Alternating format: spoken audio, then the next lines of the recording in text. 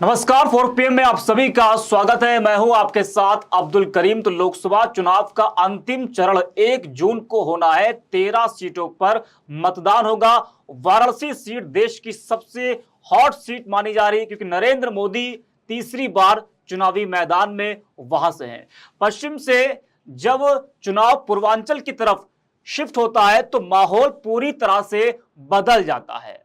बदल इसलिए जाता है क्योंकि इंडिया गठबंधन ने इस वक्त पूर्वांचल में जो माहौल बना रखा है उससे बीजेपी कहीं ना कहीं सहमी हुई है, डरी हुई है। आपने इंडिया गठबंधन के तमाम सभाएं वहां पर देखी और उन सभाओं में जिस तरह से भीड़ जुट रही है उससे तो लग रहा है कि पूर्वांचल इस बार बदलाव चाह रहा है। वाराणसी की हम बात करेंगे। वाराणसी से कांग्रेस के अजय राय हैं और प्रधानमंत्री नरेंद्र मोदी तीसरी बार वहां से चुनावी मैदान में है और बीएसपी ने इस बार उतारा है अतहर जमाल लारी को। जी हां, तो थोड़ा वाराणसी का जो जातीय समीकरण है उस पर हम जरा बात कर ले, वो भी आपको हम बता दें। वाराणसी की बात हम लोग कर रहे हैं तो वहां पर जो कुल मतदाता है वो 19,62,000 के आसपास हैं और वहां पर 75% हिंदू है और 20% मुस्लिम समुदाय के वहां पर लोग हैं और जो 5% है वो अदर समुदाय के लोग वहां पर हैं। और यहां पर जो कुर्मी समाज के मतदाता है वो बड़ी संख्या में है, ब्राह्मण भी है, भूमिहार भी अच्छी संख्या में है। तो आज हम इसी पर बात करेंगे। हमारे साथ 4 PM के संपादक संजय शर्मा जी है। सर, वाराणसी सीट जिसकी चर्चा तेजी से हो रही है और जो माहौल इस वक्त वहां का बना हुआ है वाराणसी का, उस माहौल को देखकर क्या आपको लग रहा है इस बार की मोदी के लिए जो वाराणसी सीट है वो फंसती नजर आ रही है? देखिए, वाराणसी पूरे दुनिया की लगा लगी हुई है। प्रधानमंत्री नरेंद्र मोदी वाराणसी से चुनाव लड़ रहे हैं। काशी कॉरिडोर बना है। पूरी दुनिया से लोग भगवान बाबा भोले के दर्शन करने आ रहे हैं। लेकिन पहली बार 2014 में तो एक जादू था, मतलब वो देवत्व भाव जो अब कह रहे हैं कि मैं ईश्वर का अवतार हूँ, वो लगभग उस समय लग रहे थे। लोग पागल थे उनके लिए। मतलब शायद ही काशी का कोई आदमी होगा जो मोदी के लिए पागल ना हो। 2019 में चुनाव फंसता, लेकिन तब तक पुलवामा हो गया, सर्जिकल स्ट्राइक हो गई और आराम से जीत गए मोदी जी। इस बार जब अजय राय को दिया गया तो लगा कि ये तो मुकाबला एक तरफा होगा, लेकिन अजय राय ने अपनी मेहनत के बाद जिस तरह चुनाव उठाना शुरू किया और उसके बाद ये नजर आया कि इंडिया गठबंधन ने जो समीकरण बनाया है, अगर वो समीकरण बनारस में लागू हो गया तो शायद परेशानी थोड़ी सी बढ़ जाएगी। वहाँ पे प्रियंका ने, डिम्पल यादव ने, अखिलेश ने, राहुल ने बढ़िया रैली करी, बढ़िया शो किए।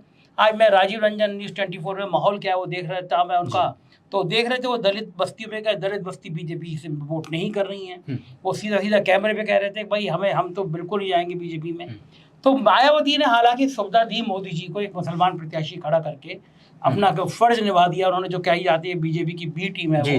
लेकिन वाराणसी में जितने लोगों से मेरे बात हुई, मुस्लिमों का बड़ा हिस्सा अजय राय की तरफ जा रहा है। तो अगर वहाँ पे मुस्लिम, यादव, दलित वोट, गैर पिछड़ी जातियाँ, अखिलेश यादव ने आसपास भूमिहारों को टिकट दिए हैं, वो भूमिहारों का रुझाव, अगर ये सब हो गया तो बनारस में बहुत बड़ा उलटफेर भी हो सकता है।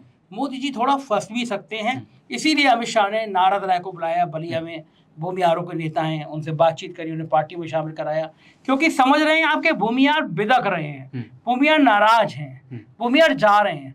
तो अगर दलित, भूमिहार, यादव, मुसलमान, ये समीकरण जो है वो बीजेपी को बहुत परेशानी में डाला अब्दुल। वहाँ स्थिति कुछ भी हो सकती है, ऐसी लोग चर्चा करने लगे। लेकिन सर, अभी एक मित्र हमारे वाराणसी के हैं तो वो कह रहे थे कि जो है 20% जो मुसलमानों की आपने बात किया, तो कह रहे हैं कि वहाँ पर मुसलमान भी बीएसपी के साथ में जा सकता है और अतहर जमाल लारी का भी ठीक ठाक वहाँ पर वोट है। तो क्या आपको लग रहा है कि मुस्लिम वोट भी वहाँ पर बढ़ जाएगा और सीधा नुकसान इससे इंडिया गठबंधन को होगा? मैंने पहली बार ये देखा कि कई बार होता ये था कि बीएसपी मुस्लिम प्रत्याशी खड़े कर देती थी और लोग चले जाते थे। दानिश अली का चुनाव सामने है कि लग रहा था कि दानिश अली के मुकाबले में बीएसपी तरफ ज़्यादा चला जाएगा। चुनाव से 24 घंटे पहले 99% मुसलमान दानिश अली की तरफ चले गए। मुझे उत्तर प्रदेश की कई सीटें ऐसी हैं कि जहां पर मुसलमानों ने देखा मुसलमान प्रत्याशी है, इसके बावजूद वो इंडिया गठबंधन में गए। बनारस में हर हालत में लोगों को पता है, मुसलमानों को, कि ये किस लिए खड़े किए गए, लारी साहब किस लिए खड़े किए गए। लारी साहब जीतेंगे नहीं, लेकिन मोदी जी की जीत आसान कर देंगे, मोदी जी का फासला घटा देंगे, मोदी जी को बड़ी जीत दिला देंगे। मुसलमान बोल नहीं रहा पहली बार। मुसलमान दिल में दर्द लेके बैठा हुआ है, जो उसको अपमानित किया गया वो जाता है और बटन दबाया जाता है। बड़ी कोशिश करी मोदी जी ने मुसलमानों पे बोलने की, तीखा बोलने की, ये कहा कि कांग्रेस आपका मंगलसूत्र छीन लेगी, भैंस खोल के ले जाएगी, हर तरह की बात की। मुसलमान ने जवाब नहीं दिया। मुसलमान शांति से एक मुश्त एक जगह जा रहा है। तो बनारस में मेरी सूचना यह है कि मुसलमान जा रहा है, दलित जा रहा है, भूमियार का बहुत बड़ा हिस्सा जा रहा है, यादव जा रहे हैं। तो हो सकता है कि बनारस में इस बार कुछ मजेदार चीजें आए सामने। और डर भी आपको दिख रहा होगा कि नामांकन में किस तरीके से जेपी नड्डा पहुंचे, अमित शाह पहुंचे, तमाम प्रदेशों के मुख्यमंत्री पहुंचे। उसके बाद 33 प्रत्याशियों का नामांकन जो है वो खारिज कर दिया गया। मात्र 6 लोग जो है नरेंद्र मोदी जी के सामने हैं। तो ये दिखाई पड़ रहा है कि जो है डर साफ वहां पर नजर आ रहा है। हाँ बिल्कुल। एक श्याम रंगीला है, वो बहुत बढ़िया श्याम रंगीला का, हाँ, उसका भी खारिज कर दिया खारिज कर दिया गया। एक डर ये भी है ना, देखिए सब लोग आए, नितिन गडकरी नहीं आए जी। तो भाजपा के अंदर की जो लड़ाई चल रही है वो भी साफ दिखती है कि सारे इंडिया गठबंधन के लोगों ने क्रिटिसाइज किया, एनडीए के सब लोग आए लेकिन गडकरी नहीं आए। मोदी जी को लग रहा है कि अंतर तो इस बार नहीं रहेगा, जीतूंगा भी मैं तो, कि मुझे लग रहा है जीत हार भी कहीं 1 लाख के नीचे हो गई तो मोदी जी के लिए हारने जैसा हो जाएगा वो। अगर मोदी का हार का अंतर जो 4-4.5 लाख था, अगर वो घट के 1-1.25 लाख रह गया तो मुझे लगता है कि मोदी के लिए नैतिक हार हो जाएगी कि बनारस भी वालों ने उनको अलग कर दिया, किनारे कर दिया। और ये किसी और की गलती नहीं, मोदी जी की खुद गलती है। क्योटो बनाने चले थे, एक बारिश आती है, बनारस लबालब भर जाता है। आपने कॉरिडोर बड़े बढ़िया बना दिया, घाट सुंदर कर दिए, लेकिन गलियों की हालत खराब है। कॉरिडोर बनाने के लिए पुराने मंदिर तोड़ दिए गए। ये मैंने भारत में देखा, लोग अपने पुराने मंदिर को ऐतिहासिक धरोहर संभाल कर रखते हैं। काशी मंदिर के जब जाते थे उन गलियों में तो दर्जनों छोटे बड़े मंदिर थे, ये सैकड़ों साल के स्थापित मंदिर थे। उनको तोड़ के आप हर जगह 5 स्टार बना दोगे, मतलब देखिए चकाचौंध तो लगेगी। तो आप क्या भगवान शिव के मंदिर पे चकाचौंध देखने जा रहे हो कि सोने के कलश लग रहे हैं, 5 स्टार होटल है बना हुआ है, या फिर भगवान की आस्था देखने जा रहे हो? पुरानी गलियां, वो पुराने मंदिर तोड़ के हर जगह जो 5 स्टार बना रहे हैं ना, तो ये देश बड़े लोगों का बनाते जा रहे हैं, गरीबों का देश खत्म होता जा रहा है। ये वहां भी दिखने लगा, भगवान के घर पे भी दिखने लगा। सर, जो परिस्थितियां हैं वो कितनी अलग आप देख रहे हैं 2014 से 2019। अगर हम बात करें तो 14 में अरविंद केजरीवाल थे, 3,38,000 के आसपास जीत मिली थी नरेंद्र मोदी को। उसके ये बढ़ा मार्जिन 4,72,000 हुआ उस बार। लेकिन जो है पिछली बार जो सपा बीएसपी थे वो एक साथ थे, कांग्रेस अलग थी। इस बार के जो हालात है वो आप क्या देख रहे हैं? जीत का अंतर कितना आप बोले कि जो है वो घटेगा? मुझे तो ये लग रहा है कि कहना नहीं चाहिए, लेकिन मुझे कई लोगों ने कहा कि बसपा के प्रत्याशी अपनी जमानत भी बचा ले तो बहुत बड़ी बात है।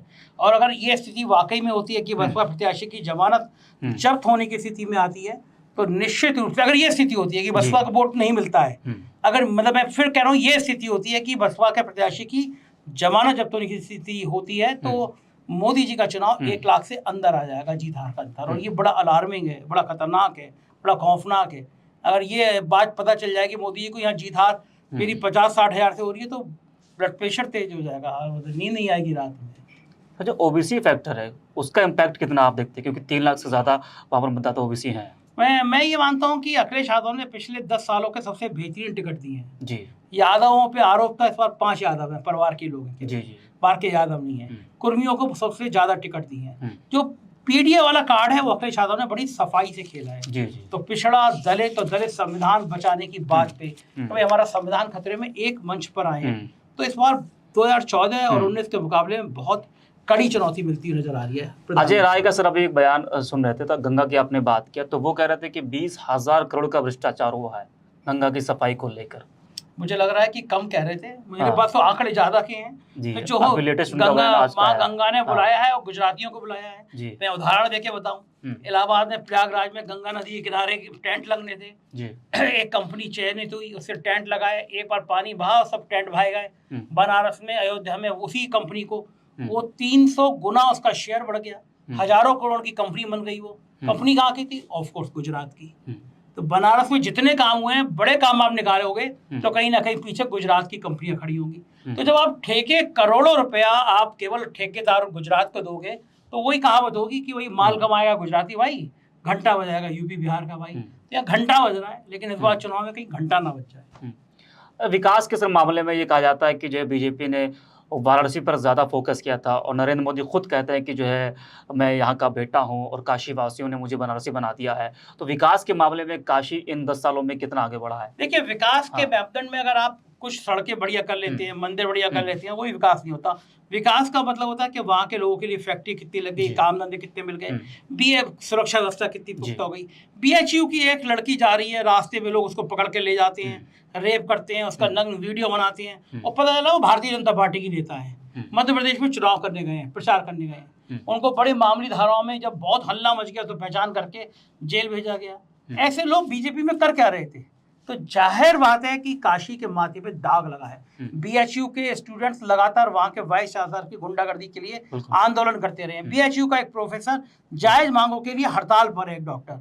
तो ये हो क्या रहा है बनारस में? ये प्रधानमंत्री के क्षेत्र में हो रहा है। मेरे लगता है ये बहुत शर्मनाक है मोदी जी के लिए, और चुनाव में शायद इसको भुगतना भी पड़ेगा। इन घाटों की सफाई के लिए अक्सर वो कहते हैं कि जो है घाट पिछली सरकारों में घाट ही नहीं है, हाँ, तमाम घाट घाट ही नहीं है। घाट के अलावा अंदर भी बनारस है, जो ओरिजिनल बनारस है वो अंदर गलियों में है। तो घाट साफ कर दो, मंदिर बड़ा बना दो, लेकिन ओरिजिनल बनारस को अगर खत्म कर दो तो वो अच्छा नहीं है।